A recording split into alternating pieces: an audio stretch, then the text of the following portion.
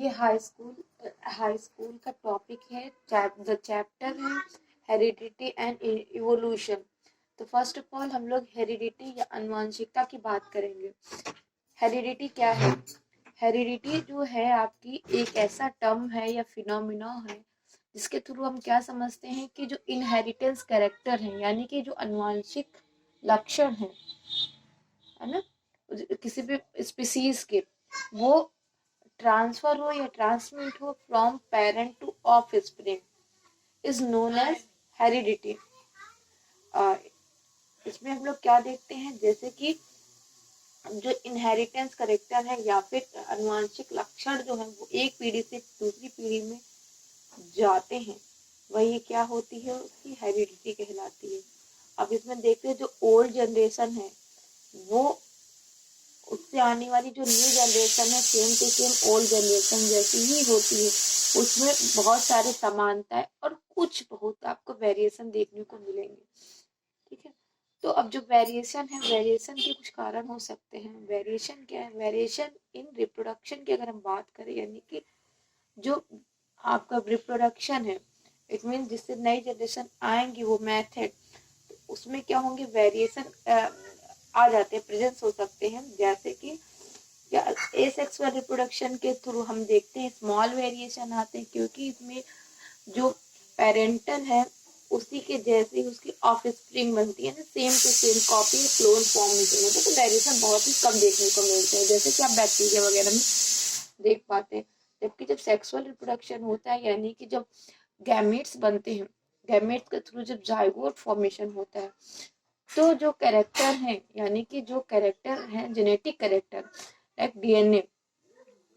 DNA जो है वो क्या हो जाता है, हैप्लॉइड सेट यानी कि क्रोमोसोम के फॉर्म में होता है, वो क्या होगा, डिप्लॉइड फॉर्म में आता है। यानी कि जो वेरिएशन है वो ज्यादा देखने को हमें मिलेंगे कहाँ पे, सेक्सुअल रिप्रोडक्शन में।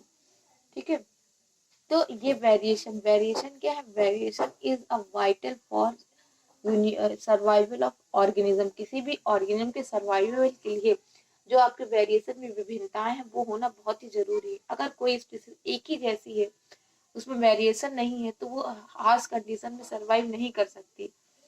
इट मीन्स वेरिएशन का होना बहुत ही ज्यादा जरूरी है।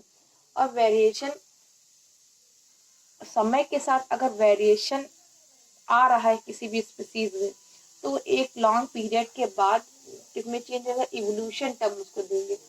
तो इवोल्यूशन क्या है? Evolution is the process by which a new living organism is developed from an older organism gradually over a long period of time. It means long period of time, यानी कि लंबे समय के बाद जो भी वेरिएशन किसी स्पीसीज में देखे जाते हैं, वही क्या है, आपका जो प्रोसेस है वो इवोल्यूशन की है। सो जो वेरिएशन है, वेरिएशन जो होंगे वो अनेक तरीके के होते हैं। हम शॉर्ट वेरिएशन भी देख सकते हैं और लॉन्ग वेरिएशन भी देख सकते हैं। अब ये जो आपका हेरिडिटी है, हेरिडिटी इट मीन्स करेक्टर्स जो है किस पे डिपेंड करेंगे, डीएनए पे। आपका डीएनए कहाँ है? आपका न्यूक्लियस के अंदर, जो कि क्या किस फॉर्म में, क्रोमोसोम के फॉर्म में है। क्रोमोसोम जो है वो हाईली फोल्डेड हो जाता है, तो वो क्या फॉर्म करता है, जीन्स। जीन्स ही क्या है, यूनिट ऑफ हेरिडिटी, यानी कि आनुवंशिकता की इकाई है। जो जीन्स है वो किस फॉर्म में होते हैं, पेयर्ड फॉर्म में होते हैं।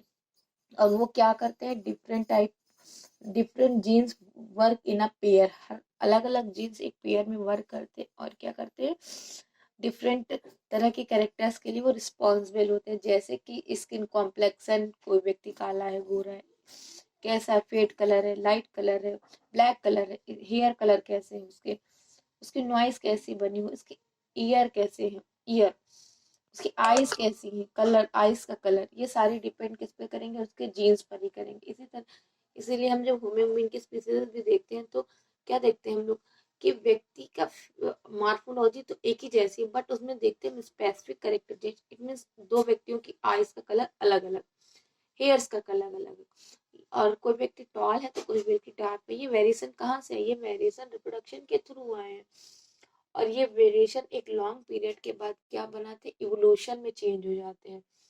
ठीक है, जो हेरिडिटी है, हेरिडिटी में जो हम देखते हैं दो तरीके के कैरेक्टर की जब हम लोग बात करते हैं, तो एक क्या है आपका डोमिनेंस कैरेक्टर, ठीक है, जो क्या होगा किसी भी स्पीसीज में